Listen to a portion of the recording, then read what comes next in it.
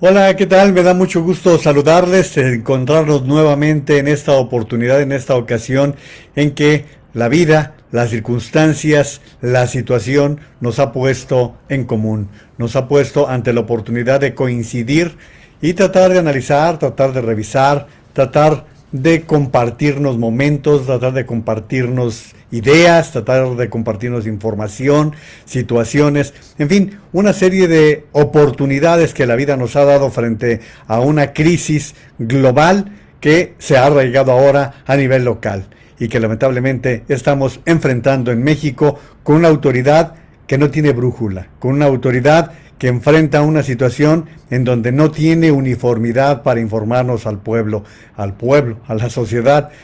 Y bajo todo esto, con un presidente que pareciera que enfrenta una especie de diarrea verbal incontinente, realmente no tiene control, no tiene forma de frenar el presidente de la República. A diario quiere tener los micrófonos, quiere mantener la comunicación permanente, aun cuando tenga solamente obviedades o informaciones que no vienen al caso o contradictorias cuando llegan a ser lo más grave. Me parece que si les muestro una gráfica que está circulando por las redes con un meme y que nos refleja lo que le ha llamado a la gente en México el monumento a López-Gatell, creo que expondría claramente qué es lo que está pasando en nuestro país cuando justamente se habla de que mañana se empieza a abrir en México varios lugares. ¿Por qué? Más que porque la situación esté mejorando, más que porque vayamos avanzando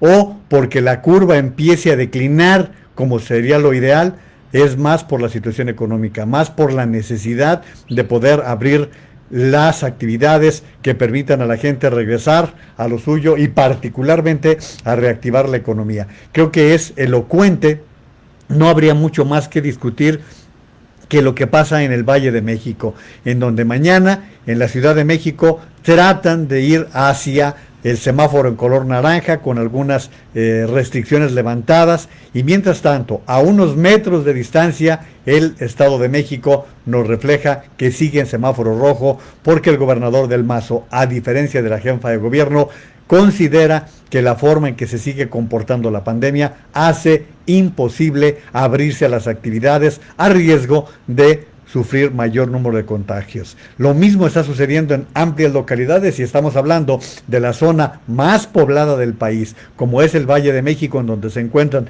la capital de la República Mexicana y el Estado de México, que concentra la mayor cantidad de ciudadanos.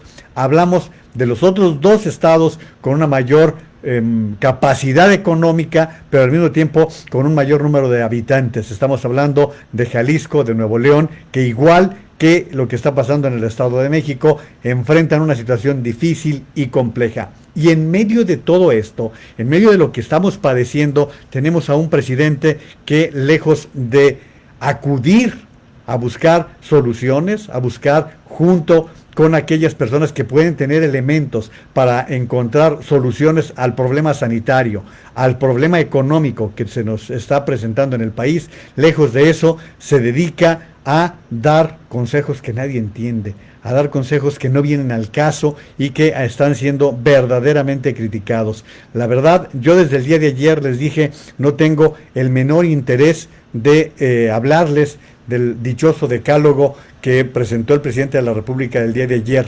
Pero si eso fuera insuficiente, en donde da lugares comunes como el alimentarse bien, como el hacer ejercicio, cosas que él no hace, hoy todavía empieza a hablar de que ya estamos saliendo adelante. Lo primero que le pidieron hace no menos de 72 horas, hace no menos de 72 horas, las autoridades de la Organización Mundial de la Salud le mandaron un mensaje particular al presidente de México, en el cual le pedían coherencia en el discurso, le pedían que no estuviera desorientando a la población. El principal organismo que está vigilando la forma en que se está presentando la pandemia en el mundo reconviene al presidente de México y no le importa un carajo y al contrario, este domingo sale con declaraciones completamente contradictorias con su propio vocero. Vamos a platicar en el curso de esta transmisión lo que está pasando en estas contradicciones, en estas situaciones que se están presentando en México entre la máxima autoridad y quienes llevan la marcha, el desarrollo, el desenvolvimiento que está teniendo la pandemia en nuestro país. Es verdaderamente preocupante, penoso lo que está sucediendo. Lo mismo vamos a platicar de la cuestión de los médicos cubanos. Hoy estaba observando que la cadena Univisión, que es la principal cadena en español de los Estados Unidos, estaba ocupándose particularmente de este caso, la llegada de 600 médicos cubanos y que se combina con la inconformidad que están mostrando las principales asociaciones médicas en el país. Ya lo había hecho la CNN en el programa de Andrés Oppenheimer y lo vamos a tratar también en esta ocasión. Hay muchos temas y los invito a quedarse. Gracias por hacerme el favor de acompañarme en esta serie de transmisiones que hemos hecho a partir de que estamos ya en un encierro que pues se está rompiendo, que algunos ni siquiera respetaron, pero bajo una circunstancia en la cual México se encuentra en serios problemas, en graves problemas. Miren, hoy existe un mapa que les voy a compartir y que nos refleja, gracias a Jaime Matus por hacérmelo llegar, pero es una gráfica en la cual podemos ver la situación en la que se encuentra nuestro país. Vean ustedes la posición de top 10 de muertes por día. Aquí lo pueden ustedes observar.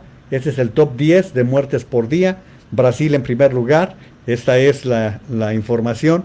Y bueno, aquí podemos observar Brasil en primer lugar, Estados Unidos en segundo. Ya cuando estamos hablando de que Brasil, muertos por día, al día de hoy, nada más al día de hoy, 541, Estados Unidos 322, la India 321, México 269, recordándoles que normalmente los fines de semana México presenta cifras a la baja. Esto nos refleja claramente que México está entre los países con graves problemas de lo que está presentando. Pero miren, mientras que el presidente de la República tenga un equipo de gobierno que le celebra incluso las declaraciones, las ocurrencias, no podemos hacer nada. ¿Qué opinan ustedes de que la directora del CONACYT, el Consejo Nacional de Ciencia y Tecnología, el que se debe responsabilizar de impulsar que en el país se haga ciencia, se haga tecnología, que desde antes de asumir, de tomar posesión, ya había dado de qué hablar? María Elena Álvarez Bulla Roses, la directora del CONACYT, dice que ve evidencia científica en el decálogo para dejar atrás al COVID presentado este sábado por el presidente Andrés Manuel López Obrador. Imagínense ustedes, si la responsable de estimular que se haga ciencia y tecnología en el país llega a ese tipo de barbarismo, no encuentro el calificativo, la verdad, pues simplemente nos demuestra que no hay quien ubique al presidente de la República en lo que está pasando en el mundo. Lo que tendrían que decirle, señor, ecuanimidad. Le acaba de pedir la Organización Mundial de la Salud que no esté desorientando a los mexicanos, que no se esté contradiciendo con la realidad. Simplemente el presidente de la República vive en otro mundo, hace lo que le viene en gana, lo primero que se le ocurre y sin medir. Esto es lo preocupante, que no mide las consecuencias de sus actos. Está siendo un presidente totalmente irresponsable con la salud, porque esto le está costando vidas a los mexicanos. Esto está ocasionando muertes de mexicanos frente a un gobierno que no está haciendo lo correcto para enfrentar una pandemia. Un gobierno que ni siquiera se preparó, tuvo el tiempo suficiente para poder hacer lo correcto, no lo hizo. Viene la pandemia, estamos totalmente descontrolados y al mismo tiempo se está prohijando una crisis económica en la cual no hay una decisión por parte de este gobierno para poder actuar, para poder enfrentar la situación que van a enfrentar, que ya están enfrentando miles de empresas y el desempleo de millones de mexicanos que ya se encuentran sin chamba, que ya sus familias no tienen ingresos para poder salir adelante. Muchísimas gracias porque me están acompañando y es el momento de saludar a Alicia Esther Gutiérrez, a Lourdes Barragán, Carlos Lorenzana, un fuerte saludo para todos ellos. Jaime Matus, Jaime, como siempre, muchísimas gracias por todos los apoyos que nos brindas. Lourdes, buenas noches. Marcos Gerade, hola Juan, linda noche a ti y a todos desde Miami Beach, Florida. Muchas gracias. Vamos a platicar también de Florida, en donde los problemas no están tan tranquilos, Marcos, que ustedes lo están viviendo.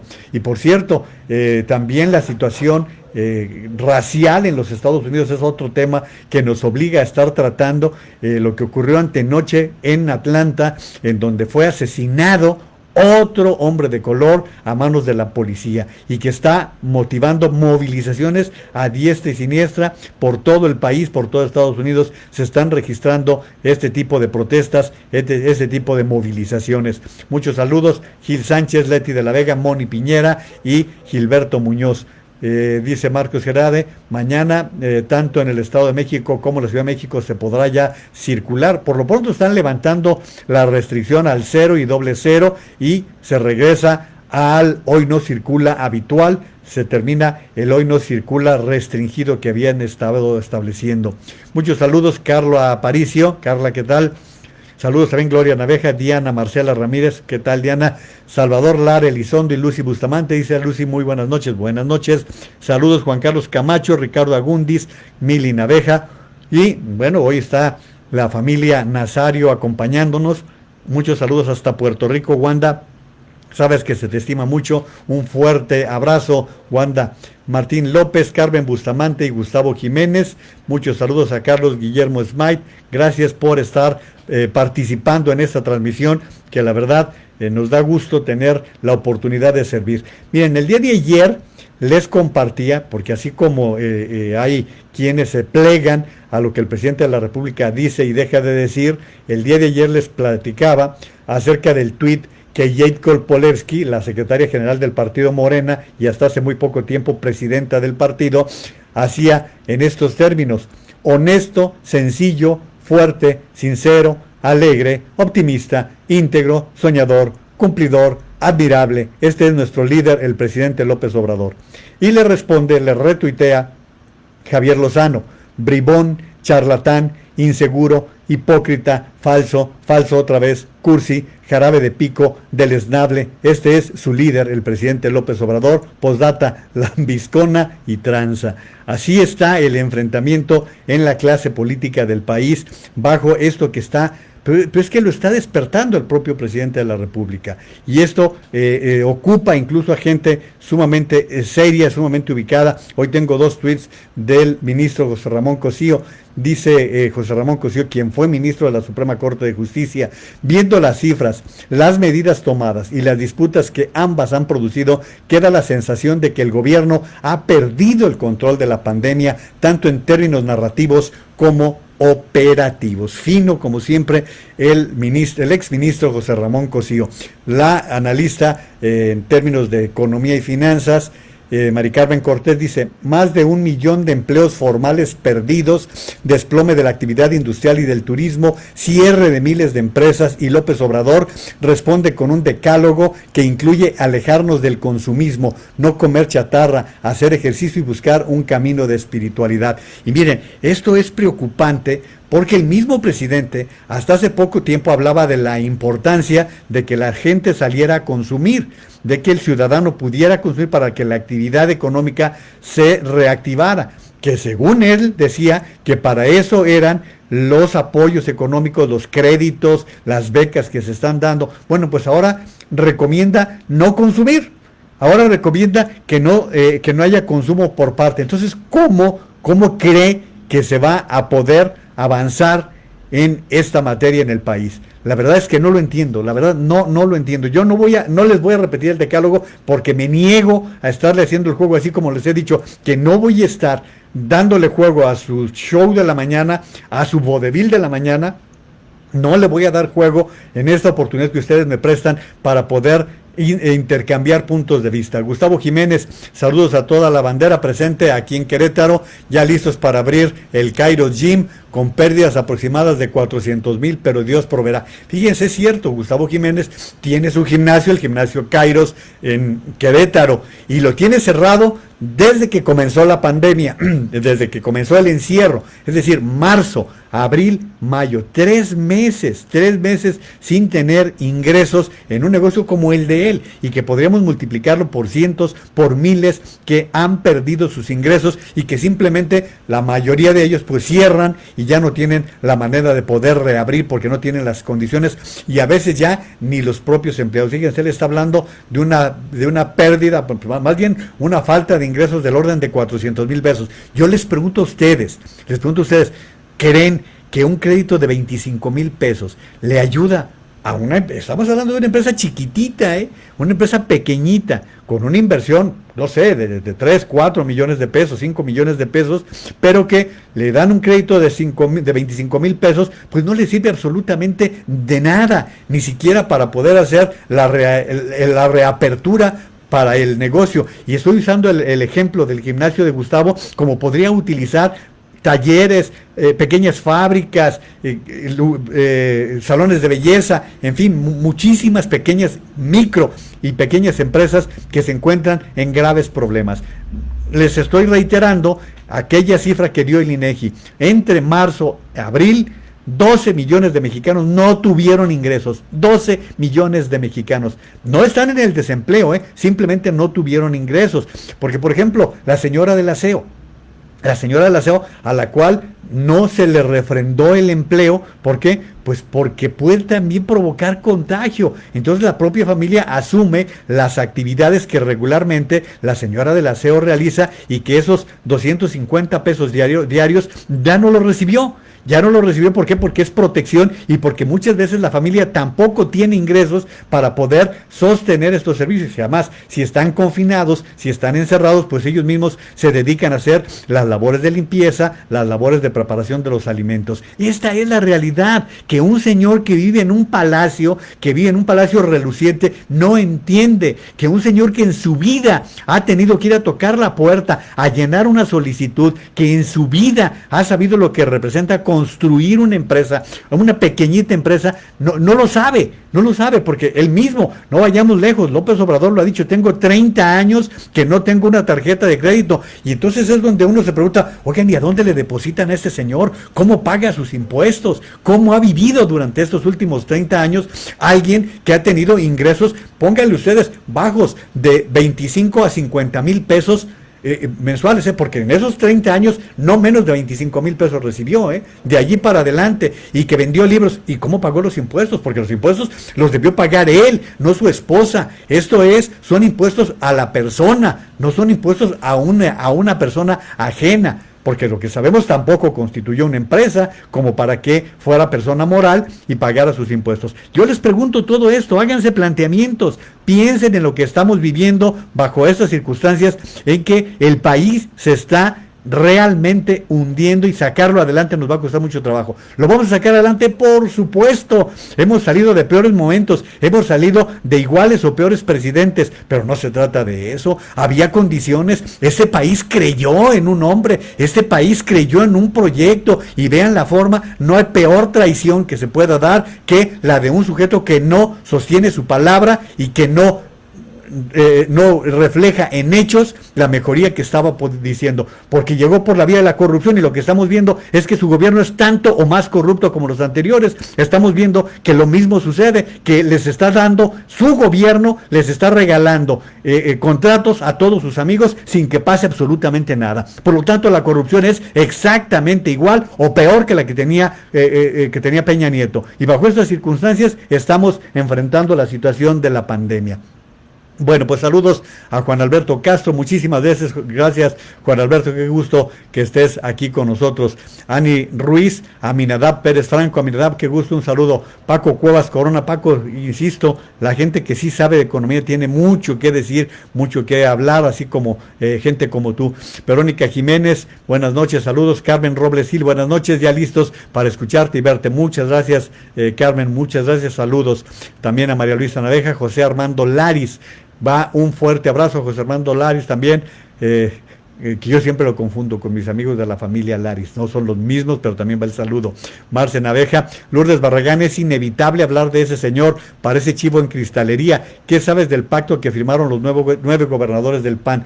Sí, lo voy a platicar más adelante. No solamente es un pacto, Lourdes, los gobernadores del PAN están haciendo una propuesta para sacar al país adelante.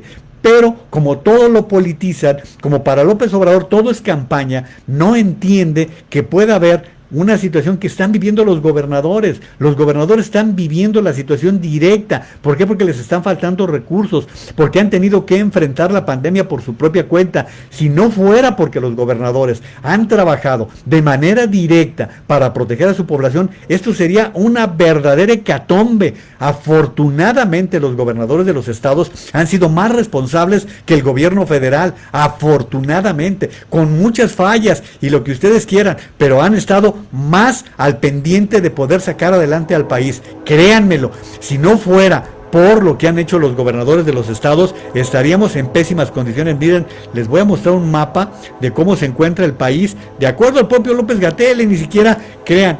Esto es lo que están reflejando, un país que se encuentra la mitad en semáforo rojo y el resto en semáforo naranja, supuestamente. Y voy a utilizar como ejemplo ya ni siquiera a lo que está pasando con el gobierno federal. ¿Qué pasó entre Jalisco y Nayarit? Para que vean ustedes lo que nos está pasando como país. Jalisco y Nayarit, sus gobernadores convinieron a abrir las playas, los hoteles, hicieron un acuerdo para que en la zona de la Riviera Nayarit se hiciera ya esta reapertura.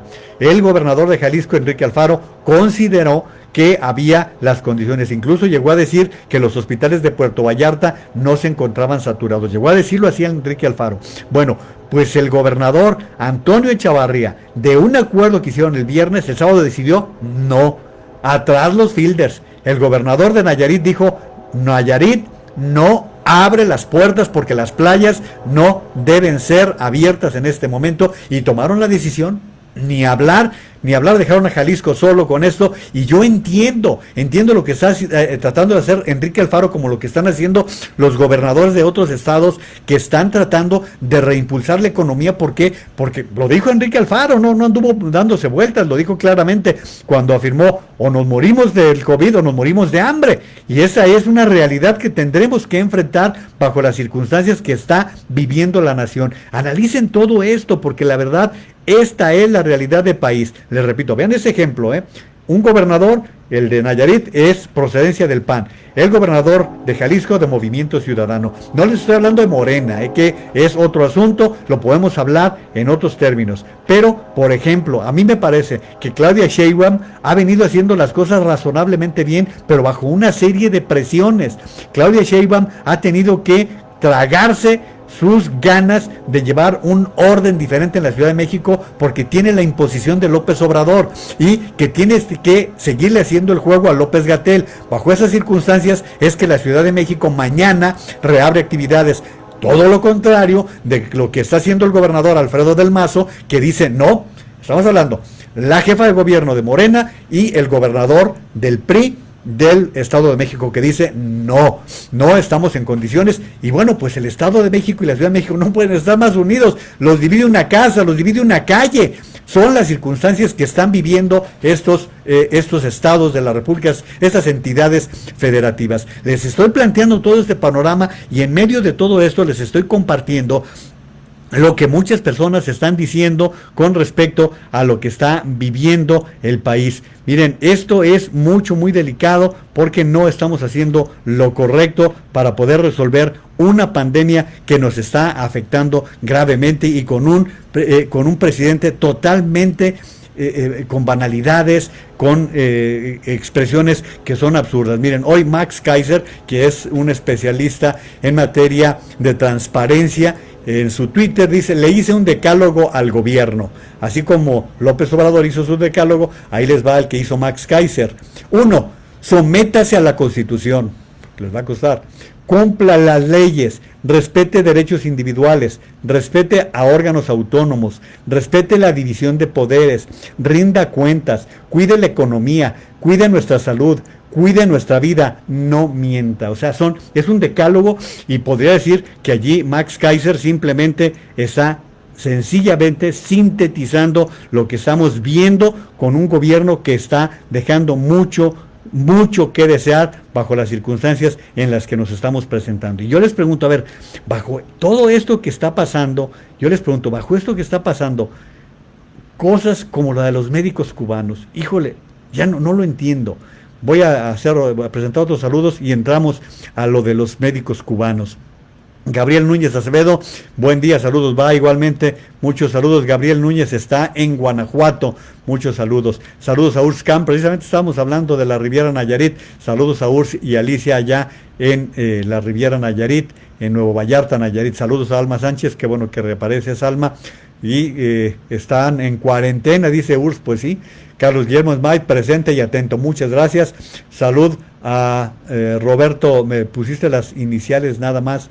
Roberto Trump, María Carmela, ¿cómo estás, Carmelita? Qué bueno que tenga la oportunidad de estar aquí con la juez, con la magistrada María Carmela Chávez Galindo. Carmelita para mí es la abogada que en muchos momentos me orienta y me ubica con temas de derecho. Un fuerte abrazo y muchos saludos. Gracias por estar aquí del otro lado.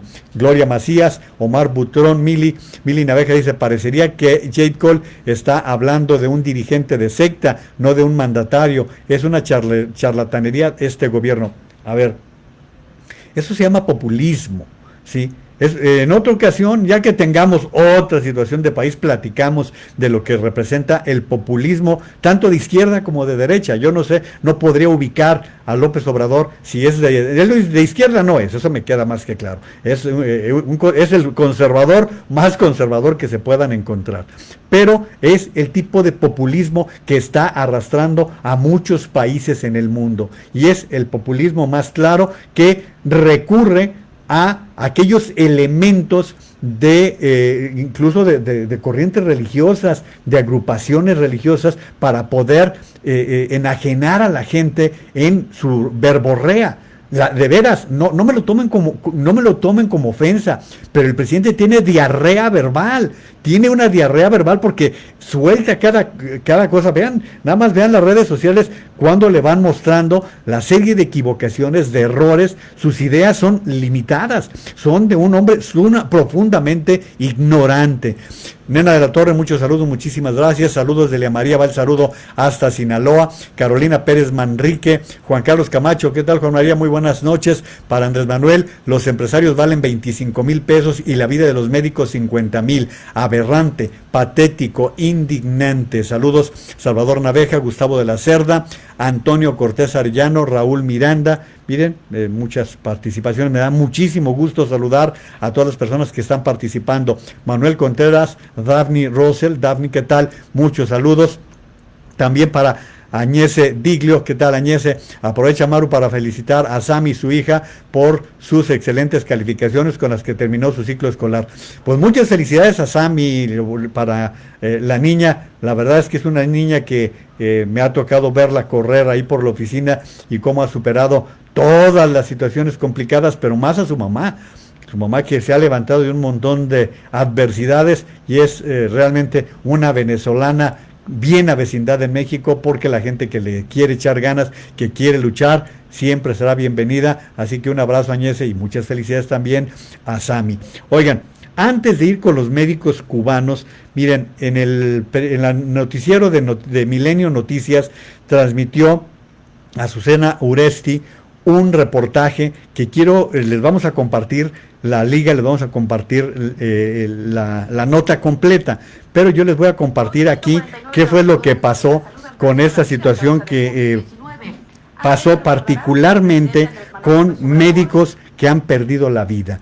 ¿Qué pasa con médicos que han perdido la vida cuando estamos destinando $6,200,000 a médicos cubanos que no sabemos ni para qué los trajeron?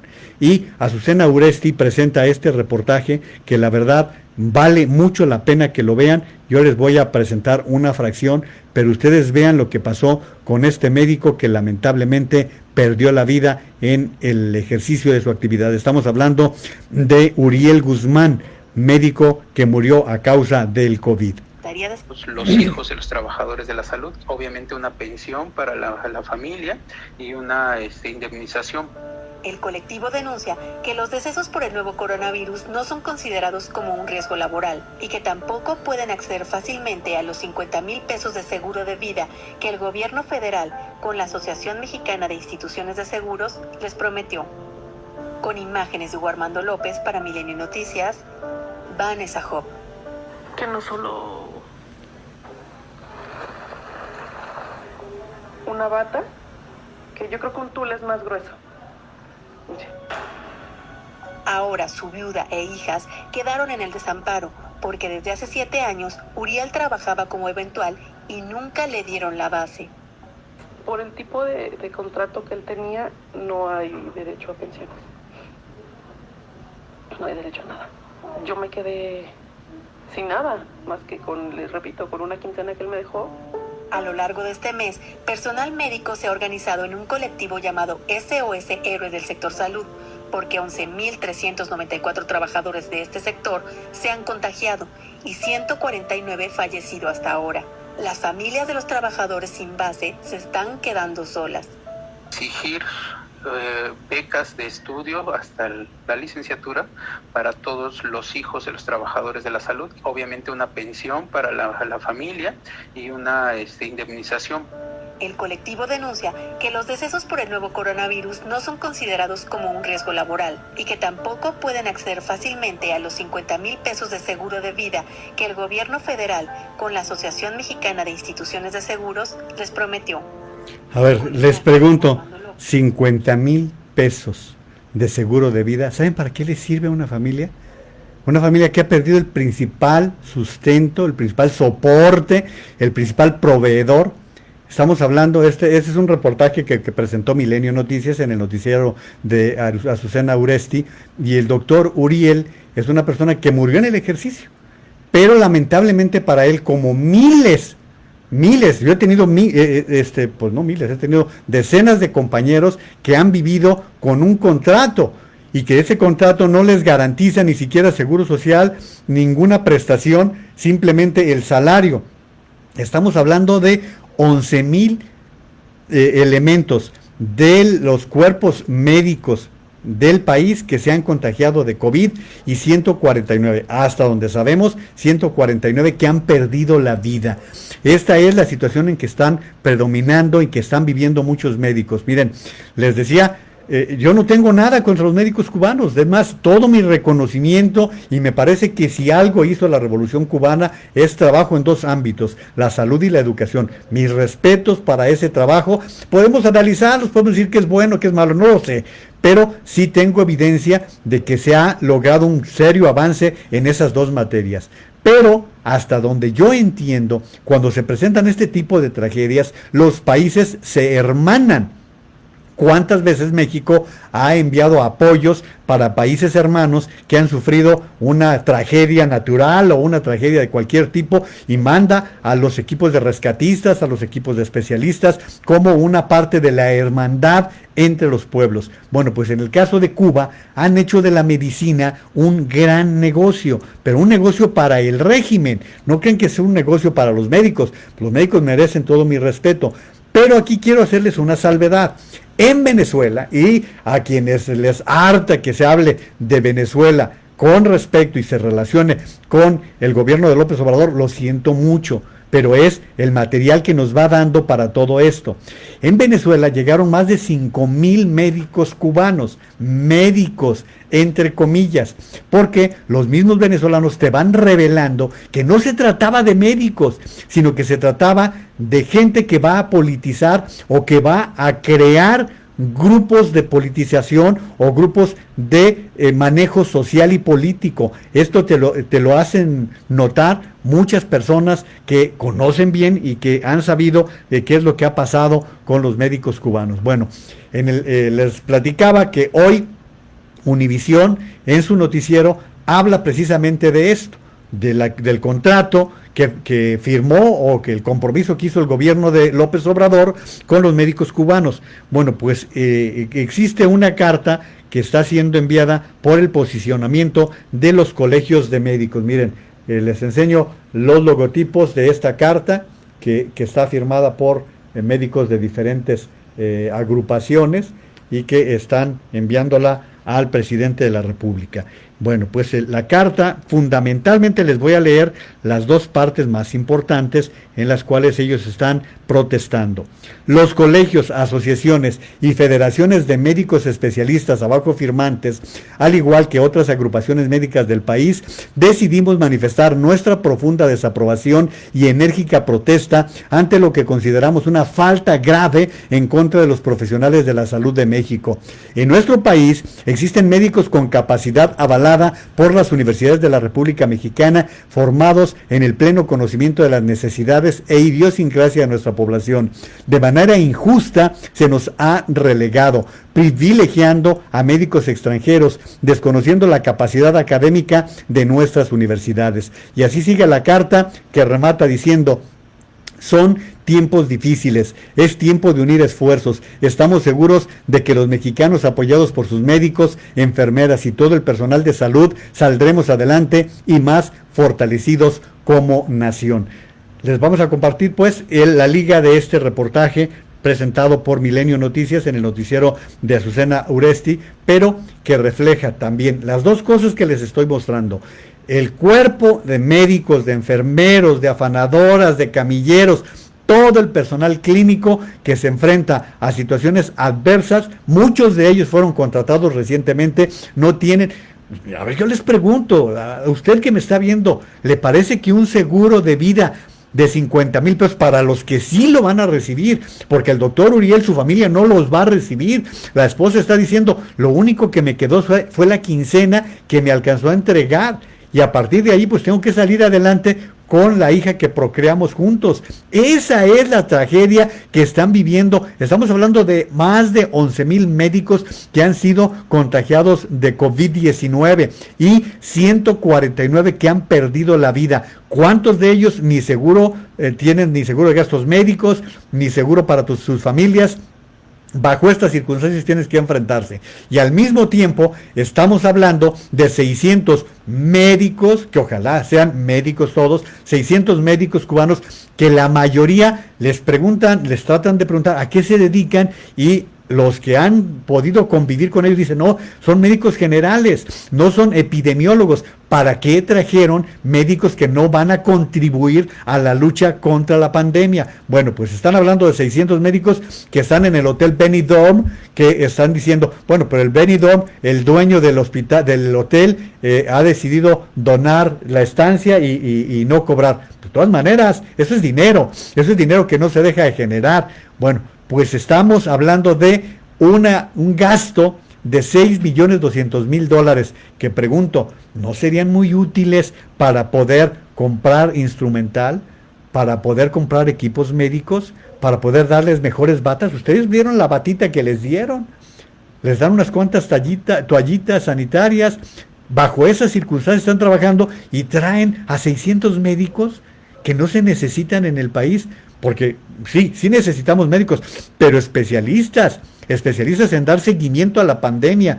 Esto, fíjense que bajo qué triste situación. Estaba viendo también algo que ocurrió en Colombia. Esto se los platico, lo que le pasó a un médico colombiano que no pudo salvarle la vida a una señora. ¿Y saben qué le llegó? Le llegó una corona de flores de las fúnebres. Y le estaban diciendo que le daban 24 horas para salirse de su pueblo, porque lo responsabilizaban de la muerte de la persona. Bueno, si no hay posibilidad de salvarle la vida, ¿cuál médico quiere que se le muera un paciente? Ninguno quiere perder al paciente. Si algo le pesa a un médico, es precisamente esto, es precisamente el perder la vida de su paciente. Bueno, le llegó una corona. Ya se iba a retirar, pero cuando regresa por sus cosas al hospital, lo recibe todo el personal con banderas blancas y diciéndole, no te vas, tienes todo el apoyo de nosotros, y todos sus compañeros lo recibieron abrazándolo. Y pues qué más les queda. Esto pasó en Colombia, les estoy platicando les estoy narrando un hecho que se acaba de presentar. Ya sabemos, porque aquí a nosotros nos ha pasado, que hemos visto cómo se ha agredido al personal médico, lamentablemente, de gente abusiva y irresponsable que no reconoce lo que representa el servicio de los médicos. Miren, Añese, como les decía, es venezolana. Ella es una venezolana avecindada aquí en México. Dice, muy cierto, yo viví, bueno, dice, muy cierto, jefe, yo viví eso. Además, en Venezuela hay muchos médicos buenos, pero el gobierno de Venezuela, por su propio interés, metió médicos cubanos, que además uno iba a los CDI, a los centros médicos, y los que le recetaban a los pacientes era una pastilla azul para todo. Así es, esta es la situación que ha predominado en Venezuela, y llegaron estos que supuestamente eran médicos y mentiras, eran agentes para poder adoctrinar, para poder hacer grupos, de esos grupos de barrio que le sirven únicamente al gobierno, de vigilantes del vecino, del pariente. Lo mismo que ha pasado en Cuba, lo que pasó en Cuba a partir de la Revolución Cubana, y que pues, insisto, no estoy hablando mal de la Revolución Cubana, estoy hablando de la forma en que se fueron desarrollando algunas comunidades, y que eso nadie nos va a desmentir, los propios cubanos lo han platicando, así que va la información. Ahora saludos a Lino Naveja, también a José Guillermo Aguilar, dice Añese, gracias Maru, te queremos. Chela Sandoval, muchos saludos. Jorge Naveja, Gaby Moreno, Juan Carlos Camacho, deberían de cumplir con las prestaciones y el seguro de vida de los médicos mexicanos, en lugar de andar regalando millones y millones de pesos a médicos cubanos. Saludos a Marta Cebes, saludos a la familia Marta, muchos saludos. Sandra Ballesteros también. Sandra, ¿qué tal? Mucho gusto, una periodista que está al pendiente y del otro lado.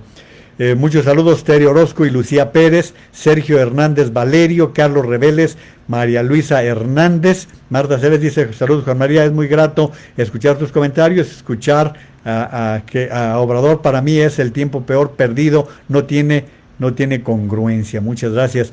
Juan Manuel Campos, Juanma, también muchos saludos. Y también para Damaris Güera, ¿cómo estás? Pues tú deberías de impulsar por allí muchos seguros. La Güera se dedica a la promoción de seguros de gastos médicos, seguros de todo tipo. Muchos saludos, Güera. Rafael Peña Bulle. Rafa, ¿qué tal? Rafa está con una gran actividad social en Baja California Sur. Rafa, échenle muchas ganas, porque tienen que levantar en el 2021 lo que ya están haciendo, no vayan a dejar caer el estado de Baja California Sur, porque yo he visto por allí que las encuestas favorecen a Víctor Manuel Castro, el posible candidato de Morena a la gubernatura. Pues allí ustedes sabrán si ceden ese terreno que les ha costado tanto trabajo ganar a Baja California Sur.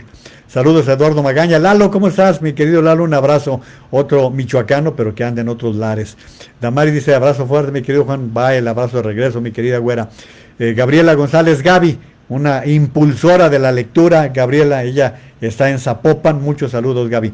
Jesús Cruz Leiva, también Juan Carlos Camacho, ¿qué te pareció la intervención de Ricardo Villanueva durante la rueda de prensa que brinda el gobierno de Jalisco? Bueno, es que el gobierno de Jalisco ahora se encuentra ante una situación muy particular. No tengo el dato, Juan Carlos, ¿para qué voy a decir mentiras? Pero fíjense, en el caso de Jalisco se está dando a conocer la información porque mañana entra ya en operación lo que les decía, el levantamiento de algunas restricciones, y lo que está diciendo, fíjense, se da cuenta en el caso del gobierno de Jalisco que nos encontramos en el punto de inflexión de la aceleración de contagios. El 9 de junio se superaron los 350 casos en un día. La mitad de los 5.244 casos que tiene acumulados Jalisco se han presentado en los últimos 10 días. Los últimos 7 días se han registrado al menos 10 defunciones diarias. En esta semana ha fallecido la misma cantidad de personas que falleció en los primeros 2 meses de la pandemia. O sea, lo que les decía, estados como Jalisco, Nuevo León, el Estado de México traen problemas serios. Bueno, pues ahora se está aprobando por parte del grupo multidisciplinario del caso del Estado de Jalisco que a partir de mañana hay actividades económicas que podrán iniciar con las medidas y protocolos y compromisos establecidos. Plazas comerciales con un máximo de operación del 25%, corredores comerciales con restricción de acceso a tiendas de una persona por familia o grupo, hoteles con un máximo de operación del 25%, gimnasios y clubes deportivos con un máximo de operación del 25%. Así será paulatinamente, porque, y aquí sí, de veras, yo que quisiera decirles que las cosas están cambiando lentamente, pero para bien, no. Tristemente el país no está mejorando su situación de la pandemia. Miren, el turismo, hablando Baja California Sur, en semáforo naranja, pero con tendencia en rojo, va a reabrir actividades bajo estrictas medidas de salud. Esto lo dijo López-Gatell. Quintana Roo, también semáforo naranja, pero con tendencia al descenso. Advierte López-Gatell que hoteles, restaurantes, peluquerías, estéticas, parques, plazas y espacios públicos, así como mercados y gimnasios, deberán reabrir de acuerdo con el nivel de riesgo epidemiológico. Cines, teatros, museos, centros comerciales y centros religiosos también deberán reabrir de acuerdo con el nivel de riesgo de COVID-19. ¿Les parece que les dé las cifras del día de hoy? Bueno, pues miren, hoy tenemos ya 146,837 personas contagiadas en México y han muerto ya 17,141. Les recuerdo que son cifras oficiales, que hay que multiplicarlas porque hay un subregistro muy importante. Esto significa que en las últimas 24 horas se confirmó el contagio de 4,147 personas y murieron 269 personas. Como les he dicho, normalmente hacia los fines de semana baja el número de personas muertas. Y aquí viene la explicación. Porque es de acuerdo a los registros que se van presentando. Jaime Matus me hace notar que el número de fallecimientos acumulado hoy es de 1,800, son los que se han registrado, pero se confirmaron 269 muertos por COVID-19. Quiere decir que 1,531 defunciones son sospechosas, esperando que 1,531 defunciones sospechosas queden descartadas o confirmadas. Es importante recordarles que las muertes no necesariamente ocurren en el día, sino que esta es la fecha en que se reportan. Y les recuerdo que México duplica el índice de letalidad. A diferencia de lo que está pasando en el mundo, el índice de letalidad, les recuerdo que surge de la división entre los contagiados y los muertos. Bueno, pues México alcanza un índice de letalidad del 11,67%. En el mundo, el índice de letalidad hoy es del 6,6%. Para que ustedes tengan un cálculo de cómo se están presentando las cosas con respecto a la información que nos están dando. Y yo les decía, la Organización Mundial de la Salud le pidió a los gobiernos de Latinoamérica claridad y evitar mensajes contradictorios, cosa que simplemente se brinca por el arco del triunfo el presidente de México, que se dedica a contradecir a sus propios funcionarios. Mañana otra vez se va de gira, una gira innecesaria. Ahora se va de gira. Como no quiere subirse a aviones porque no se quiere poner mascarilla, entonces va a hacerlo por carretera a Tlaxcala, Veracruz, Puebla, lugares que puede hacerlo. Iba a hacer una gira al noreste y sin embargo prefirió hacerla para los estados que están allí cerca de la Ciudad de México. Eso es lo que están informando. Bueno, pues fíjense cómo cada vez es mayor el comentario que se está haciendo con respecto al uso de mascarillas. Esto que por algún tiempo tanto descalificó el gobierno de México y particularmente el vocero López-Gatell, que hasta se burlaba junto con el propio presidente de la República. Bueno, pues ahora ya todo mundo reconoce que las mascarillas son básicas. Fíjense, el portal Eje Central dice que la pandemia de coronavirus ha hecho que la sociedad implementara diversas medidas y el uso de diferentes artículos para prevenir la enfermedad del COVID-19. El uso de cubrebocas de todo tipo ha sido un artículo esencial en los últimos meses. Un estudio afirmó que el uso de cubrebocas ayudó a disminuir el ritmo de contagios entre la población. No quiere decir que ya eres inmune al virus y no te puedes enfermar, pero sí ayuda a prevenir que las personas puedan llegar a enfermarse. El estudio afirma en que los diferentes países que pusieron en marcha esta medida o como obligatoria para prevenir el nuevo coronavirus,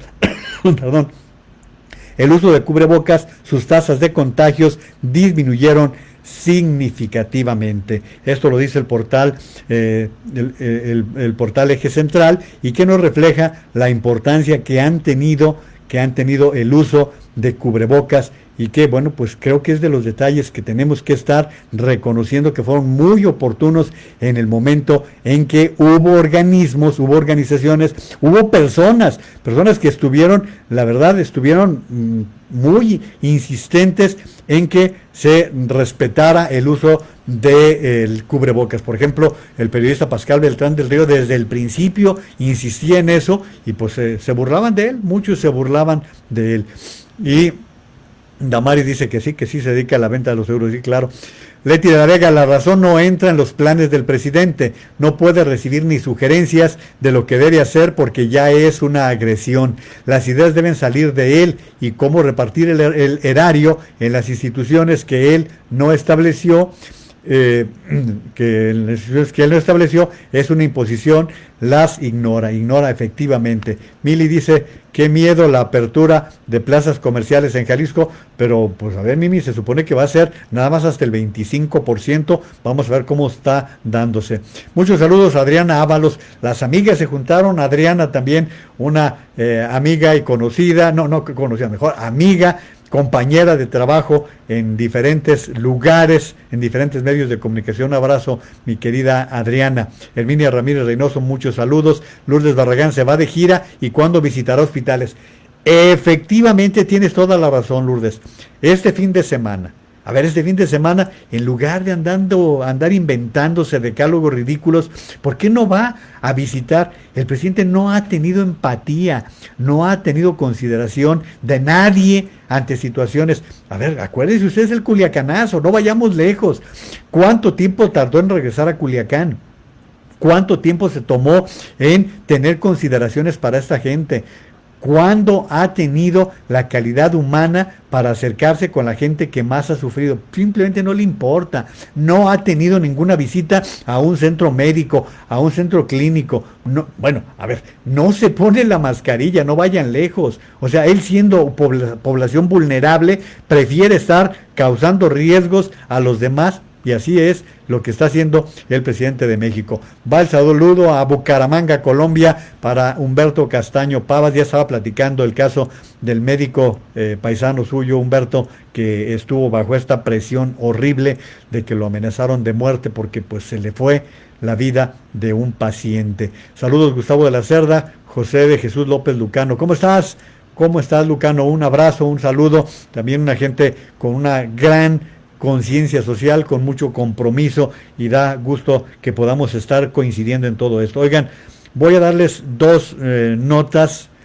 Una es, ya lo esperábamos, la verdad es que ya esperábamos que el Gansito Aarón Padilla perdiera la vida, y pues ya hoy el Club Universidad, el Club de los Pumas de la UNAM, está dando el pésame por la muerte de Aarón Padilla, jugador de los Pumas de la UNAM, mundialista de México en Inglaterra y en México 70, un jugador que hizo época, que yo les decía no fue la gran estrella, no fue la gran luminaria, era un delantero atrevido que hizo pareja con Enrique Borja. De hecho, Borja reconocía que era su gran amigo el que había perdido. Bueno, él ya tenía un problema de Alzheimer y que pues lamentablemente murió de COVID-19. Y miren, gracias a mi amigo Braulio González, el consultor de comunicación política, recuperé algo de un personaje asasazo de la música que murió el pasado día 9. Murió Pau Donés, quien fue integrante del grupo Jarabe de Palo, el grupo español. Pero olvídense de que haya pertenecido o no a Jarabe de Palo. Se trata de una gente que valió mucho la pena por lo que tributó. Yo conozco muchos jóvenes que cuando era este grupo Jarabe de Palo lo seguían mucho, y Pau hace algunos años se le detectó cáncer y se dedicó a actividades normales. Hizo una canción preciosa que se la vamos a compartir gracias a Braulio, que la puso él en su Facebook y yo la rescaté del YouTube, que ya saben que no puedo ponerles ni un cachito de la melodía porque pues luego los derechos de autor me bloquean, pero les vamos a compartir la liga de esta canción que verdaderamente es un himno a la vida. Pero dejen de eso. Pau Donés, quien es esta persona que les voy a poner aquí para quienes no están familiarizados, como yo tampoco estoy familiarizado.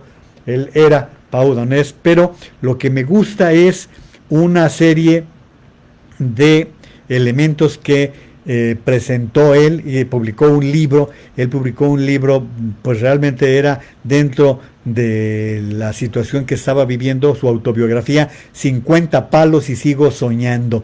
Y allí hay 20 claves que estableció. Voy a leerles algunas, les vamos a compartir. Maru, les compartimos tanto el video y abajito está también la liga de Infobae para que podamos compartir esto. Pero son las 20 claves de Pau Donés. 1. Que sepamos vivir el presente. 2. Que no perdamos el tiempo pensando en el futuro. 3. Que dejemos de creer en la suerte y creamos en nosotros mismos. 4. Que dejemos de hacer montañas de granitos de arena. 5. Que la tristeza nos dé ganas de reír, que nos riamos mucho. 6. Que cantemos en la ducha, en los bares, en las bodas, en las cenas, con los amigos o donde nos apetezca cuando nos venga en gana. 7. Que aprendamos a decirnos te quiero sin que nos dé vergüenza. Que nos besemos, nos toquemos y nos abuchemos mucho. Bueno, acuérdense que ahorita estamos en pandemia. Que nos escuchemos tanto como sepamos compartirnos en silencio. Que nos queramos a los demás y sobre todo a nosotros mismos. Que nos peleemos lo menos posible. Estar enfadado es una gran y estúpida pérdida de tiempo. A la mierda el ego y el orgullo. Que nos dejemos de rollos, de chorradas, de hacer ver lo que no somos. Que eso no sirve para nada. Que le perdamos el miedo a la muerte, pero también le perdamos el miedo a vivir, que decidamos por nosotros mismos, que nunca dejemos que los demás decidan por nosotros, que cuando la vida nos cierre una ventana, sea cuando más abramos las alas para romper el cristal y salir volando. Que las cosas nos lleven a donde sea, pero que nos vaya bien. Que los cerebros desafios, hipócritas, memos, mamelucos, corruptos, pesados, estúpidos, tocapelotas, mentirosos, gilipollas, se reprogramen y entiendan que en la vida no hace falta ser así, que la vida va de otra cosa. Que a las penas, puñaladas y al mal tiempo buena cara o mala, que tampoco pasa nada. 19, que la vida sea siempre un sueño. Y en fin, cierra diciendo que a la vida le demos calidad porque belleza sobra. Esta es las 20 claves que Pau Donés publicó en su libro, que para quien quiera buscarlo, el libro de autobiografía se titula 50 palos y sigo soñando, y Pau murió el pasado 9 de junio. Gracias, Braulio, por hacerme recordar esta información. Y miren, también hablando de lo que podemos compartir, hoy mi hermano Memo me mandó, mi hermano Romárico, yo le digo Romárico, su nombre artístico es Memo, pero me mandó un video que yo vi hace mucho tiempo y que mi amigo Nacho Novoa seguramente va a estar muy contento de que lo esté mencionando, pero es un video de 17 minutos, homenaje a un gran mexicano, uno de los mejores músicos mexicanos que hemos tenido a lo largo de toda la historia. Y la verdad es que el documental que le hicieron a don Rubén Fuentes es un documental que vale mucho la pena poder seguir. Los vamos a compartir la liga de YouTube para que ustedes la puedan ver, la puedan seguir. La verdad vale mucho la pena esto de Rubén Fuentes, quien fue, les digo, uno de los mejores músicos. Él nació en Jalisco. Él nació en Jalisco, fue miembro del Mariachi Vargas de Tecalitlán, pero con el tiempo se convirtió en una gran celebridad porque era arreglista, compositor, fue el principal impulsor de José Alfredo Jiménez, de Marco Antonio Muñiz, fue arreglista de muchos temas de Miguel Aceves Mejía, y bueno, toda una celebridad. Miren un pedacito de lo que es este video que les vamos a compartir el día de hoy. Como este es de derechos libres de autor, espero que no me pase nada. Para el año de 1955 deja de ser integrante del Mariachi Vargas porque lo llaman para colaborar con la disquera RCA Víctor, pero sin dejar la dirección musical del mariachi. Yo conozco a Rubén Fuentes desde hace 55 años, dentro del negocio del disco. Yo tenía a mi cargo todo el norte como vendedor, porque la RCA Víctor había comenzado a trabajar su propio producto dentro de México. Entonces tuve la visita de Rubén Fuentes y Mariano Rivera Conde en aquel entonces era el director artístico de la RCA, y llevaba a Rubén Fuentes para que Rubén Fuentes fuera conociendo lo que era el negocio del disco, la distribución, etcétera. Mariano Rivera Conde da carta abierta a la creatividad musical de Rubén Fuentes, sin reparar en gastos, haciendo que las grabaciones de sus guapangos en la voz de Miguel Aceves Mejía dieran fama al cantante en toda Iberoamérica. Empezó a agregar flautas. Bueno, ahí está, el video dura 17 minutos, les vamos a compartir la liga de YouTube para que ustedes lo puedan ver, y la verdad es que se disfruta, para quienes nos gusta la música mexicana, la verdad es que don Rubén Fuentes fue un prolífico compositor, tanto de boleros, de guapangos, fue un arreglista de todo tipo de música. Platican en el video algo que es muy notorio, que José Alfredo Jiménez, él no era músico de escuela, no sabía música, no sabía leer música, pero les cantaba o les tarareaba la canción, y las introducciones que les daba Rubén Fuentes a las canciones de José Alfredo hacían la gran diferencia, ¿no? Por ejemplo, el caso de Serenata Huasteca, por ejemplo, ya ven la entrada imponente que tiene esta canción, bueno, pues es la forma.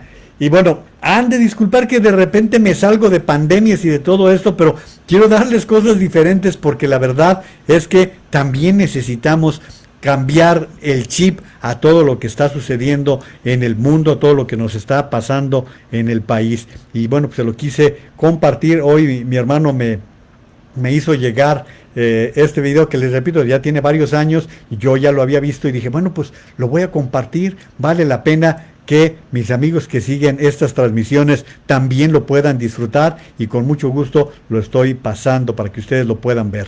Juan Carlos Camacho dice, y sobre las cifras de contagio, siguen sin integrar los casos positivos que se están dando en laboratorios y clínicas particulares en el país. Eso nos lo ha venido diciendo varios días Juan Carlos Camacho, y tiene toda la razón, no se incluyen, y ya ha habido incluso protestas porque no se están agregando.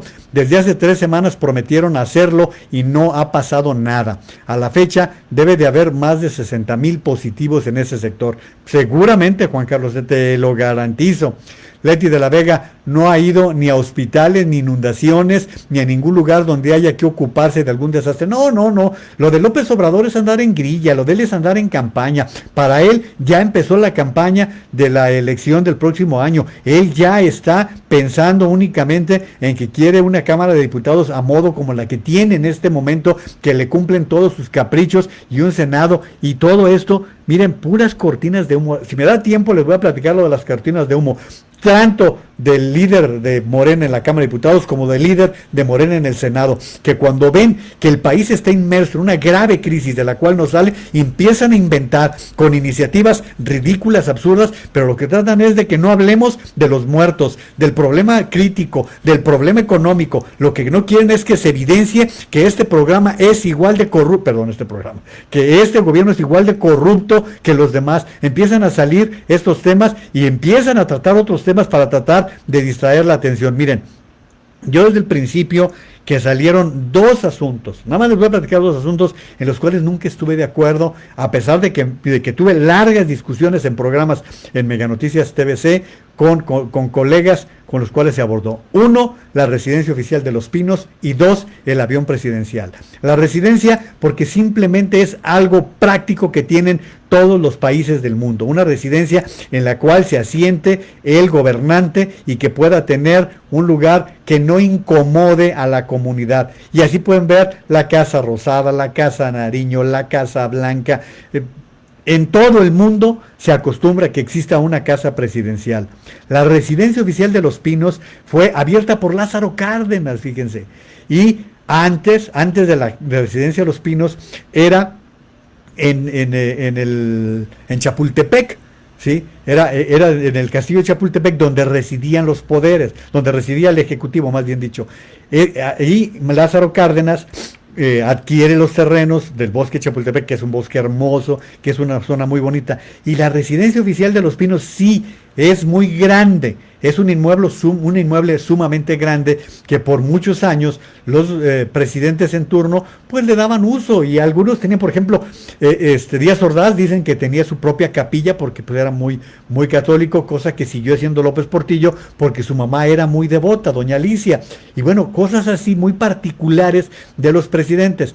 Cuando llega Fox, construye unas cabañas porque él prefirió que la mayor parte de la residencia se convirtiera en oficinas, fueran oficinas, y cuando llegó Calderón siguieron con las cabañas. Ellos tenían niños chicos y siguieron viviendo en las campañas. Con Peña Nieto se abrió un poquito más la familia a la parte que era la residencia, pero en realidad yo les puedo decir, Los Pinos no era ninguna mansión súper espectacular. Yo conozco mansiones mucho más espectaculares en San Ángel, en Las Lomas, o sea, era una casa de oficinas.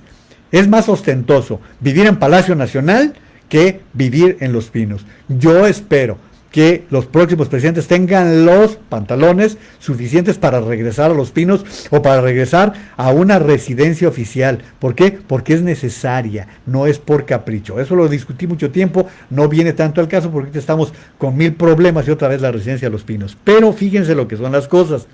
También fueron muchas discusiones en torno al avión presidencial. El presidente de México necesita una flota de aviones. Su gobierno lo necesita. ¿Por qué? Por operatividad. No es por capricho, no es por vanidad, es por operatividad. Esto es indispensable. Igual, la mayoría de los países del mundo tienen aviones en los cuales se transportan los presidentes, las principales autoridades. Bueno, nosotros hemos gastado más con los viajecillos del López Obrador, en avión, en camión, en lo que sea, hemos gastado más que si se hubiera seguido usando el avión presidencial. Este avión lo adquiere Felipe Calderón, pero él no lo usa. Él no lo usa, él lo compra, lo adquiere, y para que no se tomara como que era una extravagancia de su parte, lo deja ya listo, ya adquirido en un acuerdo para que el siguiente gobierno lo tomara. El que sí se despachó con la cuchara grande fue Peña Nieto, que lo mandó modernizar mucho, le dio muchas adecuaciones para este avión, que es un avión grande, sí, es un avión grande y que pues responde a las necesidades. Bueno, López Obrador hizo del avión una mentira. Para empezar, hizo una mentira porque durante toda la campaña estuvo hablando de un costo que era falso. No cuesta eso, porque además era un autofinanciamiento, fue un avión que todavía se debe, y bueno, estuvo mintiendo en muchos sentidos. Pero a él le servía para decir que eran excesos, que un avión que ni Obama ya quisiera conocer, el Force One, López Obrador, para que vea de lo que se trata, de un verdadero avión presidencial. No, era un avión sí, muy cómodo, grande. Bueno, pero ahora están las broncas.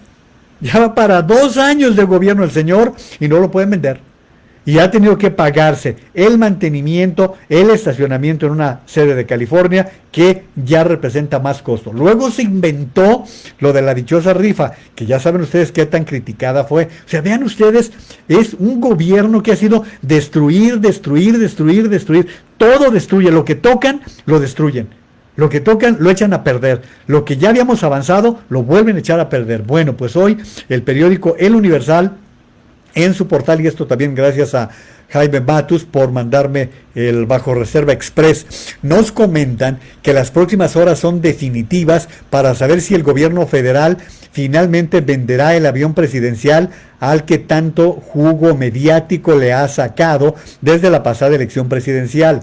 Esta semana, nos detallan, es la recta final para que el único interesado decida si finalmente compra o no el avión presidencial TP-01, debido a que es el 20 de junio la fecha límite que puso el gobierno federal al posible comprador para que responda si va a adquirir la aeronave valuada en 2,000 millones de pesos.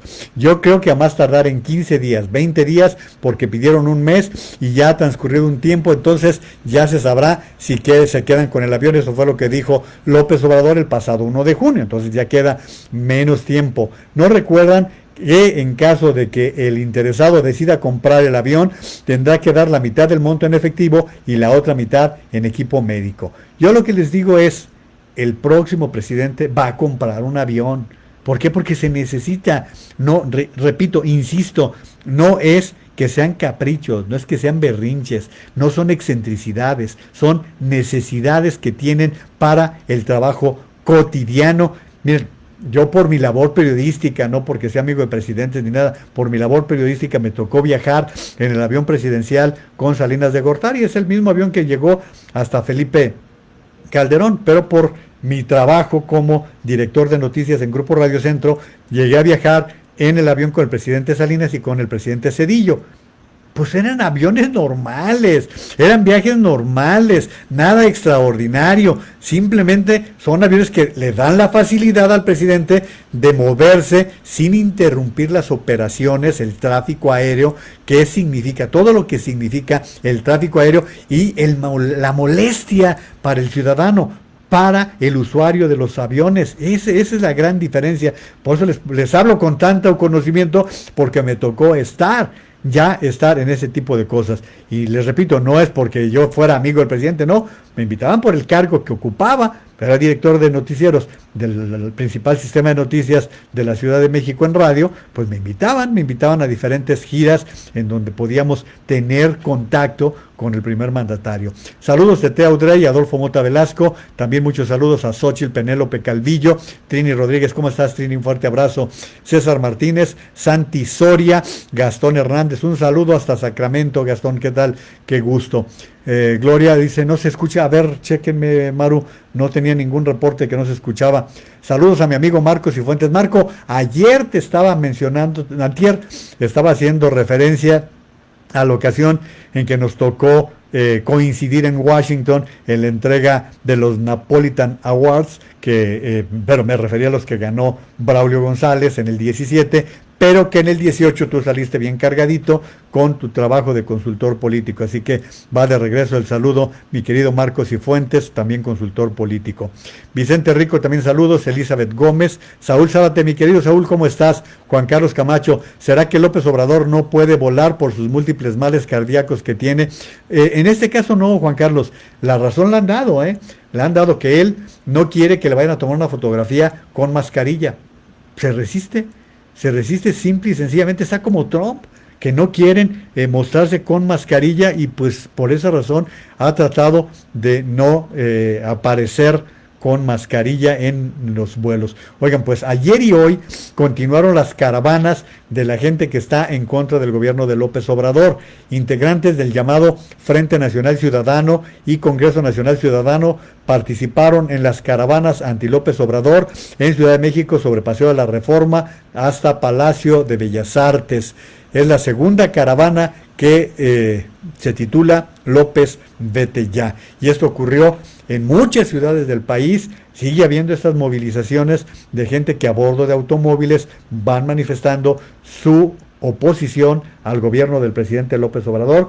Yo les he dicho cuál es mi posición al respecto, que yo no estoy de acuerdo en pensar en que el presidente renuncie o que el presidente se vaya. No estoy ni siquiera de acuerdo con la revocación de mandato, porque yo he dado mis razonamientos. Si 50 millones de mexicanos votaron por él, nos toca hasta entonces lo que sí nos corresponde es hacer la lucha por cada uno de nosotros.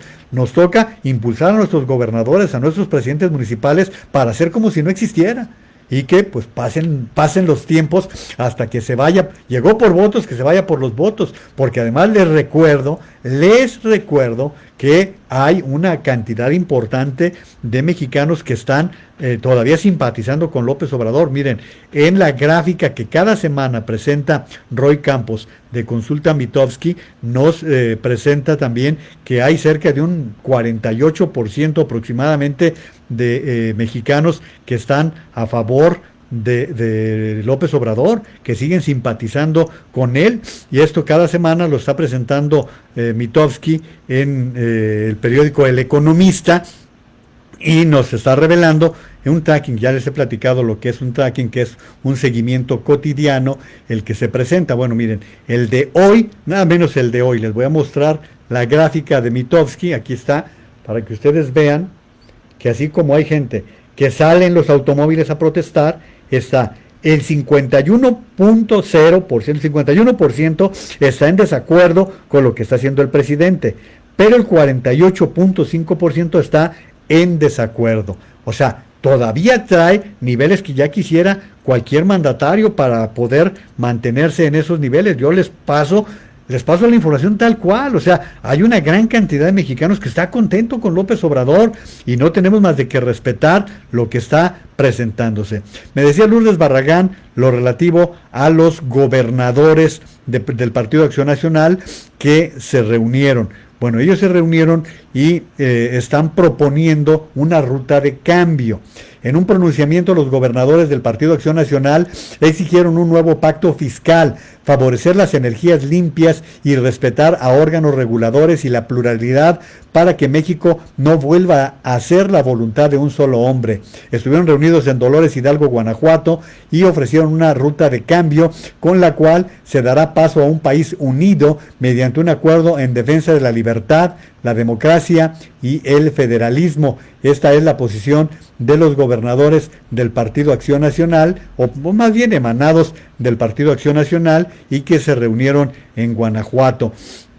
Esta es la posición que están presentando, y bueno, pues yo igual se la estoy dando a conocer tal y como se presenta. Les voy a compartir otra liga muy interesante. Esta liga es del periodista Agustín del Castillo, de su blog, en donde nos presenta los riesgos que corre la zona del sureste en donde se va a construir el Tren Maya. Y Agustín es un hombre que se ha dedicado durante muchos años al trabajo de la investigación en temas de ecología, en cuestión de medio ambiente, y esto vale mucho la pena. Les recomiendo que revisen. Hoy les estoy compartiendo algo que él está titulando Caminos del Mayab, y que es el sitio de Agustín del Castillo. Les recomiendo que lo lean para aquellas personas que están interesadas en temas medioambientales. Es muy interesante y que nos da una idea de la pérdida que podemos tener de una zona tan rica, tan protegida, con zonas protegidas por la UNESCO, zonas protegidas por la humanidad, y que ahora se ven amenazadas con proyectos como el Tren Maya. Esto, quien guste, al final tendrán aquí la liga para que ustedes puedan observarlo. Y bueno, pues esto creo que es interesante. Les repito, Agustín es un agente que ha hecho una labor periodística de primer nivel, de primer orden. Bueno, para los que están muy preocupados, hoy Donald Trump cumplió 74 años. Si quieren felicitarlo, si quieren hacerle una oración, bueno, pues el presidente de Estados Unidos, Donald Trump, cumplió 74 años, negó estar disminuido físicamente tras la difusión de un video en el que se lo ve bajar una escalera de manera inestable, va tambaleándose todito. Pero aparte, dejen de eso, hay otro video en el cual, y voy a aprovechar para tomar agua, va a ser el pretexto de mi parte para darle un trago, pero aparece con un vasito así chiquito, y entonces le da el trago. Pero déjenme poner, no van a alcanzar a ver así. Y se empuja con el dedito, como le hice yo, pero un vasito así chiquito. Entonces, los videos inmediatamente empezaron a difundirse para revelar cómo Trump no las trae todas consigo. El mandatario acababa de pronunciar el discurso de entrega de diplomas a los cadetes de la prestigiosa Academia Militar de West Point, cerca de Nueva York, cuando tuvo dificultades para bajar por una rampa. Esto fue lo que ha despertado una serie de discusiones, una serie de críticas al presidente Donald Trump, que pues al parecer su salud no está tan bien que digamos, no está tan entera como pudiera creerse. Bueno, oigan, pues tengo que entrarle también a lo relativo de las cuestiones raciales en los Estados Unidos. Les platicaba el día de ayer de lo que ocurrió en Atlanta, y pues ahí sí me pesa mucho porque pues mi arraigo en Atlanta, yo les he platicado que trabajé 3 años y medio en la CNN en Atlanta, y bueno, pues además tengo arraigo, tengo donde vivir, es un lugar al cual voy con mucha frecuencia, y que me pesa mucho lo que está pasando. Miren, El estado de Georgia es un estado que predominantemente es blanco, tiene la mayoría de los ciudadanos son blancos. Sin embargo, la ciudad, la capital, Atlanta, es mayoritariamente negros. Son negros los que tienen la mayoría racial. Bueno, pues para quienes no saben lo que ocurrió, había una persona que estaba en un Wendy's en la zona de compra en automóvil y se quedó dormido. Seguramente los empleados del Wendy's llamaron a la policía y la policía le pidió que se retirase. El hombre se mueve y se estaciona adelantito de donde estaba la caja donde paga uno o hace los pedidos de los productos Wendy's. Bueno, pues los policías le piden que se baje. El hombre se baja y como siempre hacen los policías, ya ven, a ver, hace un 4, camina en línea y encuentran que andaba tomado. ¿Sí? La persona estaba tomada. Y entonces, como debía ser, como tenía que ser, lo van a detener. En el momento en que lo están esposando, se les zafa, son dos policías, se les zafa y empieza a correr. Uno de los policías traía un teaser, o taser, como se llame, no sé cómo se llame, de esas pistolas que inmovilizan. Bueno, pues se la arrebata a esta persona, que era negro, se la arrebata y al ir corriendo le dispara e inmoviliza al policía. Pero cuando lo inmoviliza, el otro compañero le dispara y lo mata. ¿Sí? El protocolo establece que aún en esos casos no se le dispara a matar, pues lo mataron. Ya sabrán ustedes lo que ha venido pasando. Y es donde uno de veras no entiende en qué cabeza traen los guardianes de la ley. Están viendo todo el país movilizado por el asesinato de George Floyd, que por todo el país, por todo Estados Unidos hay movimientos de oposición a la policía, que están pidiendo incluso la cancelación de servicios policíacos en algunas ciudades como Minneapolis, Minnesota. ¿En qué cabeza cabe el disparar a quemarropa contra un ser humano que pudieron inmovilizar? Eran 2 policías contra un borracho y terminaron matándolo. Pues ya se imaginarán ustedes las movilizaciones que ha habido en todo Atlanta, porque está todo este movimiento que ya se había despertado, que ya se había suscitado. Entonces ahora los movimientos raciales están a la orden del día en todo Estados Unidos. Pero por si fuera poco, se reveló otro caso de otra persona que murió igual que George Floyd, con una pata en el cuello que le provocó asfixia. Todo esto se está acumulando. Es un estado de tensión en el que se está moviendo Estados Unidos en este momento, que está provocando movilizaciones por los 4 puntos cardinales del país. De veras, créanme que la están pasando bastante mal y la autoridad pues se están tratando de multiplicar para tratar de evitar lo que está pasando. Total que en Atlanta tuvo que renunciar la jefa de la policía. Fíjense, tenía 10 años en el encargo, y Atlanta tiene una presidenta negra que pues no le quedó otra más de que pedirle la renuncia, aceptarle la renuncia, y pues de esta manera se está presentando.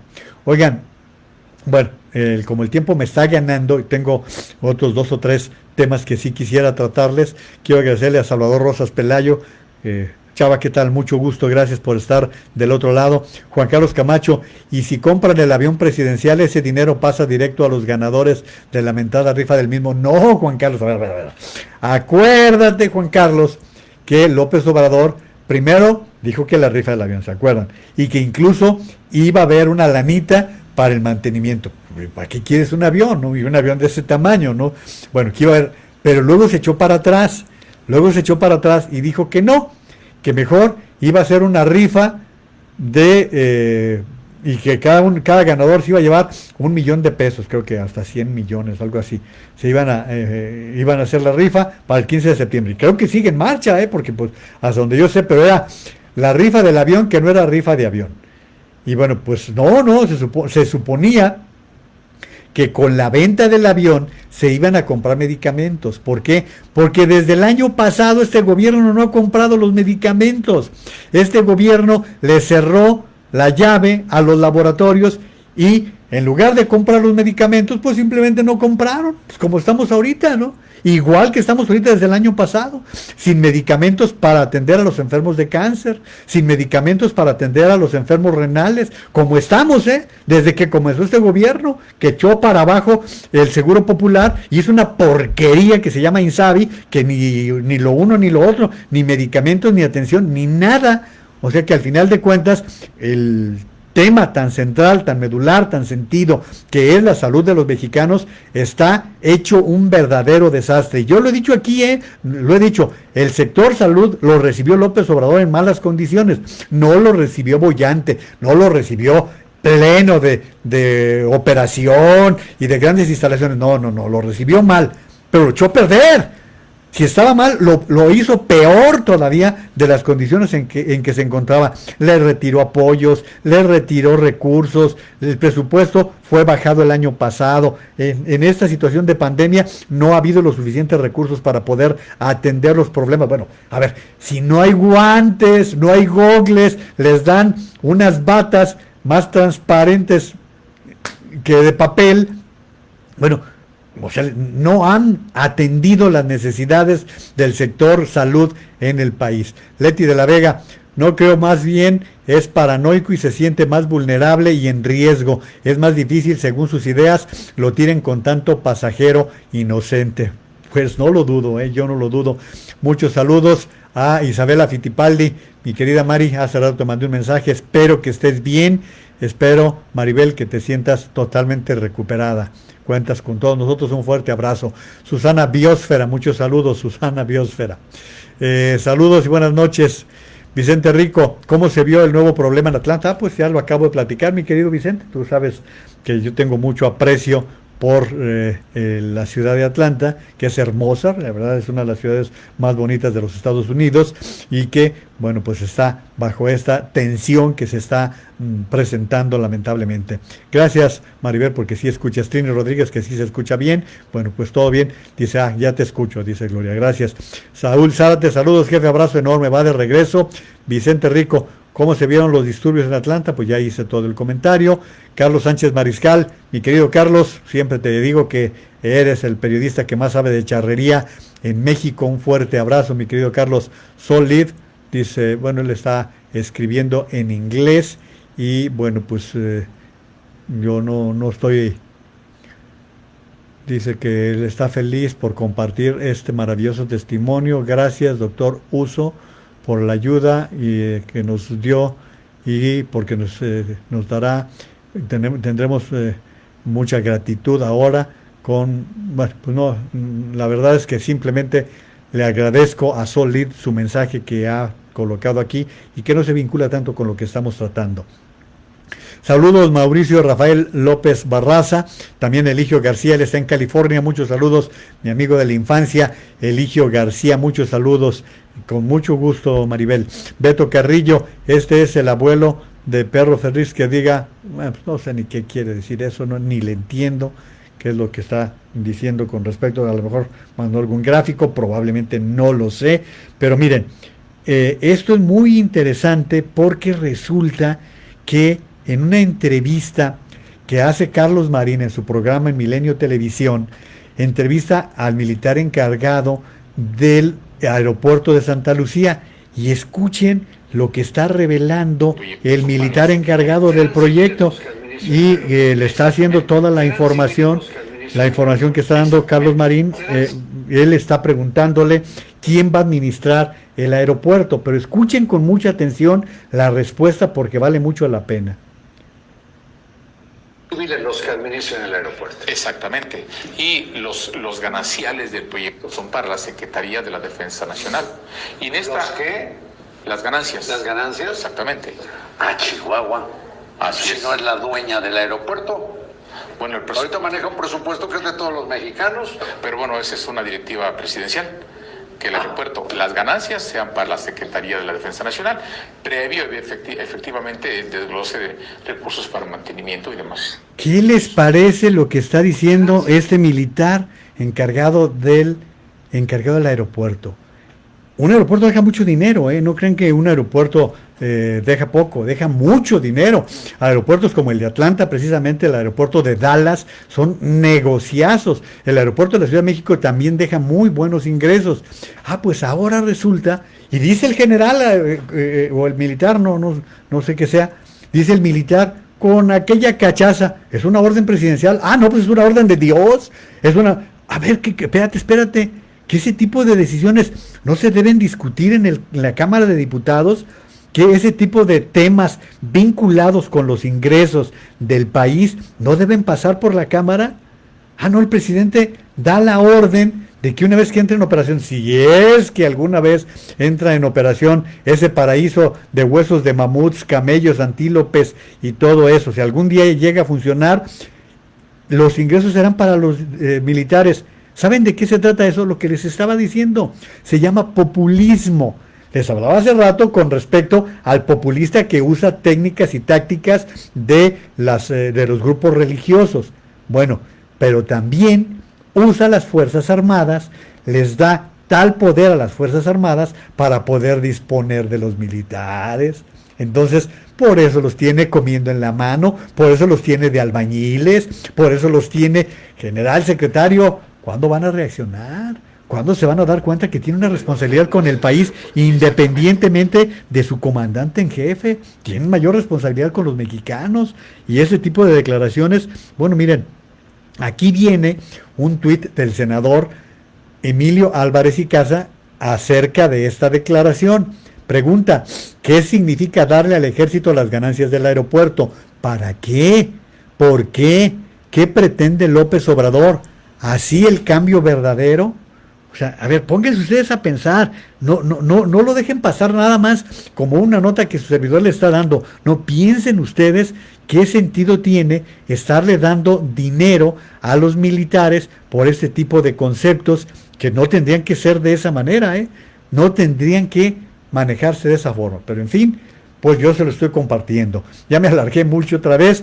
Oigan, terminé de ver la serie de Jeffrey Epstein, véanla, qué asco de tipo, qué asco de tipo. Estoy convencido de que lo mataron, nada de que se suicidó, lo mataron de seguro, porque Jeffrey Epstein, para que ustedes se den cuenta, para quienes no sepan, era un multimillonario que se dedicó por muchos años a abusar de jovencitas. Era un tipo que le gustaban las adolescentes de entre 12 y hasta 17 años de edad, y tenía una casa en Palm Beach, en Florida, una en St. James, en las Islas Vírgenes estadounidenses, una super casa en Nueva York, un departamento en París, tenía aviones, era un multimillonario y tenía muchos amigos a los cuales invitaba a sus bacanales. Pero iba llevando jovencitas de 12, 14 años, les pagaba $200, según esto porque le dieran un masaje. Y después del masaje empezaban los abusos. Esto se fue prolongando por muchos años y el caso se ventiló por algún tiempo en la Florida. Pasan los años y hasta que se lleva a Nueva York es que realmente Jeffrey Epstein es llevado a la justicia.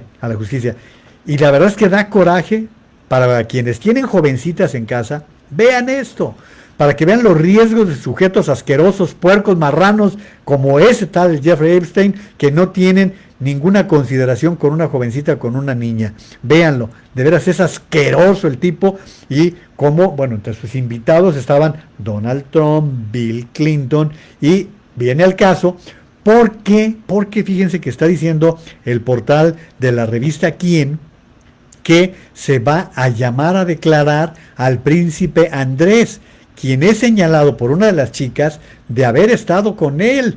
Y el príncipe Andrés confirmó en noviembre pasado que tenía una amistad con Jeffrey Epstein. Bueno, pues ahora todo parece indicar que el duque de York tendrá que aclarar las acusaciones que Virginia Roberts Giuffre le hizo. Y bueno, miren, él dice que no es cierto, que ni la conoce, que mentiras, que falso. Y bueno, pues miren, para que vean que cómo mienten. Aquí tienen a la jovencita con el tal príncipe Andrés, el tal duque de York. Bueno, pues para que ustedes vean que la verdad es que tendrá que comparecer ante las autoridades estadounidenses. Y les recomiendo que vean esta serie. Son 4 capítulos que están en Netflix de el caso de Jeffrey Epstein. No entiendo por qué el productor de esta serie es el novelista James Patterson, quien es uno de los más exitosos productores de bestsellers en Estados Unidos, pero él es el productor. No entiendo cómo está metido. Me decía mi hijo que además está haciendo o va a producir una serie sobre John Lennon, porque en Palm Beach él era vecino tanto de Jeffrey Epstein como de John Lennon. Y bueno, pues bonito vecino, ¿no? ¿Qué vecinos te tienes, ¿no? Dice Trini Rodríguez. El médico forense al final de la serie lo deja entrever, sí, así es. También lo dice, sí, tienes toda la razón, Trini. El forense dice que él no encuentra la forma en que se pudo haber colgado y autoinfligido la muerte. Tienes toda la razón, Trump y Clinton, claro. Pues es un tema, de veras les recomiendo que lo vean, vale mucho la pena. Sobre todo, les repito, quienes tienen niñas jovencitas en casa, todo esto vale mucho la pena. Juan Carlos Camacho, y el 7º tramo del Tren Maya también lo va a realizar la Sedena. Es una manera de comprar al ejército desde mi punto de vista. No, desde cualquier punto de vista. Por esa razón me parece que instituciones tan respetadas y respetables como las Fuerzas Armadas no tendrían que estarse prestando para esto, Yo creo que no.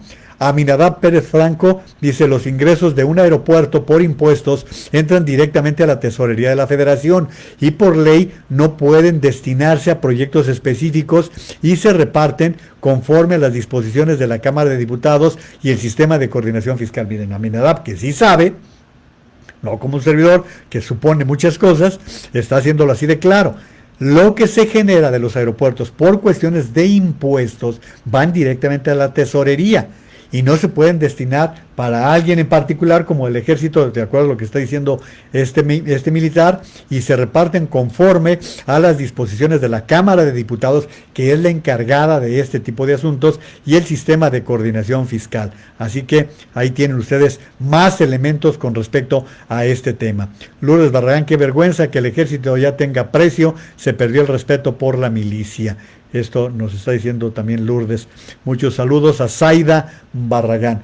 Y bueno, llegó el momento de darles las gracias por haberme acompañado en la transmisión del día de hoy. Les recuerdo lo importante de cuidar a los demás y cuidarnos a nosotros mismos. La distancia física, la distancia social, la sana distancia, 1,5 metros, 2 metros. Si tienen que salir, eso es lo que hay que hacer. Tener cuidado en no estar encima uno de otro, porque las partículas de saliva son las que luego nosotros mismos nos llevamos a la nariz, a los ojos, a la boca. Por lo tanto, hay que estar usando la mascarilla cuando salimos, estar usando la mascarilla que cubra nariz y boca, y lavarnos las manos constantemente, el uso de gel antibacterial. Gracias a Omar Iván Cisneros Madrid, muchas gracias por haber estado en la transmisión. Les recuerdo síntomas que hay que tener mucho cuidado: diarrea, altas temperaturas, si llegan a tener también dolores en el pecho y problemas para respirar, tengan mucho cuidado con ese tipo de síntomas, que dolores musculares, que los lleven a consultar a su médico. Consulten a su médico si empiezan a tener este tipo de síntomas, para que descarten la posibilidad de estar contagiados. Esto es elemental para poder evitar que nos contagiemos y contagien a los demás. Les recuerdo las vacunas también importantes. La vacuna contra el sarampión y contra la polio, es bien importante que vacunemos a los niños. Y bueno, mañana será otro día. Cuando ustedes vean esta transmisión me dará mucho gusto. Por lo pronto les mando un fuerte abrazo, muchos saludos y que Dios los bendiga. Y como siempre les digo, cuídense mucho, por favor.